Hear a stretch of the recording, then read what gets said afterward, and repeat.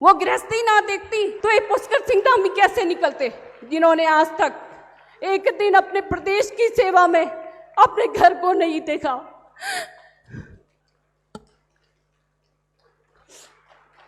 क्योंकि उनके लिए ये पूरा परिवार उनका प्रदेश है, जिन्होंने अपने परिवार छोड़िए अपने लिए एक दिन नहीं निकाला, एक दिन की छुट्टी आज तक नहीं ली है, जो नए इतिहास कर रहे हैं, जिन्होंने प्रदेश के अंदर नए नए कानून बनाए हैं। आज पद्मश्री आदरणीय प्रसून जोशी जी, आदरणीय पर्वत पुत्र कहे जाने वाले हमारे कोश्यारी जी, आदरणीय सतपाल महाराज जी और हमारे प्रदेश के मुख्य सेवक, अगर मेरे उनकी माता श्रीमती विष्णा देवी ना होती, वो गृहस्थी ना देखती तो ये पुष्कर सिंह धामी कैसे निकलते, जिन्होंने आज तक एक दिन अपने प्रदेश की सेवा में अपने घर को नहीं देखा।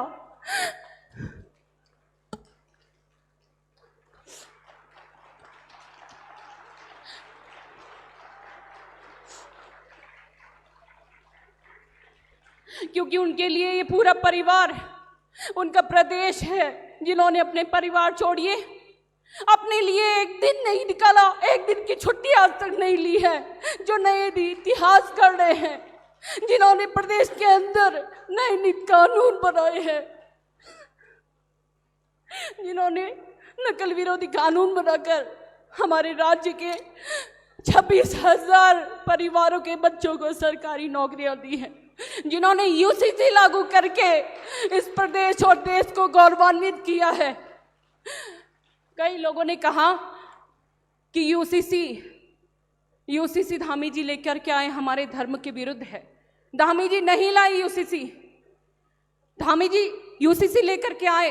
कई लोगों ने कहा कि लिविंग रिलेशनशिप को धामी जी ने मान्यता दी है। मैं बताना चाहूंगी इस मंच से, लिविंग रिलेशनशिप को हमारे मुख्य सेवक धामी जी ने मान्यता नहीं दी, हमारे सुप्रीम कोर्ट ने, हाई कोर्ट ने उसको मान्यता दी और धामी जी ने उसमें नियम और कानून बनाने का काम किया है।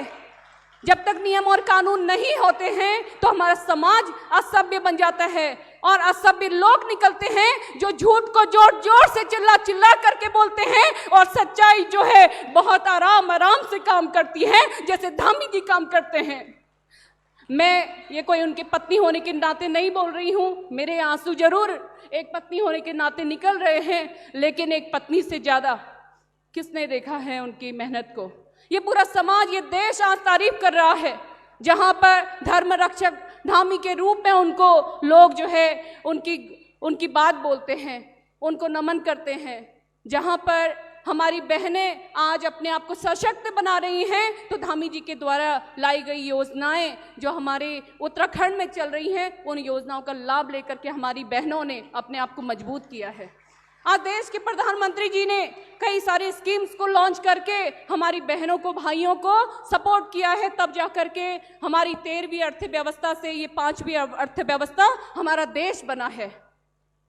एक विश्व गुरु कहने वाला देश जो मुगलों के आक्रमण के बाद, जो अंग्रेजों की गुलामी के बाद कहीं पीछे रह गया, जिसकी कलाएं, जिनकी संरचना, जिनकी हस्तशिल्प, जिनकी लोक कलाकारी, जिनके हमारे कृषि प्रधान कहे जाने वाला ये देश कहीं पीछे छूट गया। आज वो देश फिर से अपनी परंपराओं में लौट रहा है और ये विश्व गुरु की ओर अग्रसर हुआ है। जो 5वीं अर्थव्यवस्था हमारा देश बन के उभरा है, ये एक दिन हमारे पूरे विश्व की पहली अर्थव्यवस्था बनेगा और ये पुनः विश्व गुरु में स्थापित होगा और हमारे लोग, इसके पीछे हमारी बहनों का बहुत बड़ा योगदान है, जिन्होंने आज ये साबित कर दिखाया है कि वो घर गृहस्थी के साथ में अपनी एक नई पहचान बना रही हैं और एक इतिहास रच रही हैं।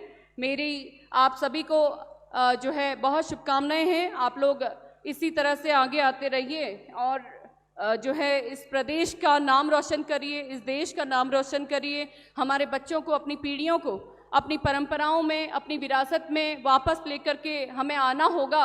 जिस तरह से माँ गंगा यमुना का उद्गम होता है, जहाँ से माँ गंगा निकलती है वो हमारा देवभूमि उत्तराखंड है, तो हमारी परंपराओं को वापस हमारी विरासत की ओर लौटाने वाला भी हमारे उत्तराखंड पहला प्रदेश बनेगा और जहां से गंगा बहती हुई पूरे देश दुनिया तक जाएगी।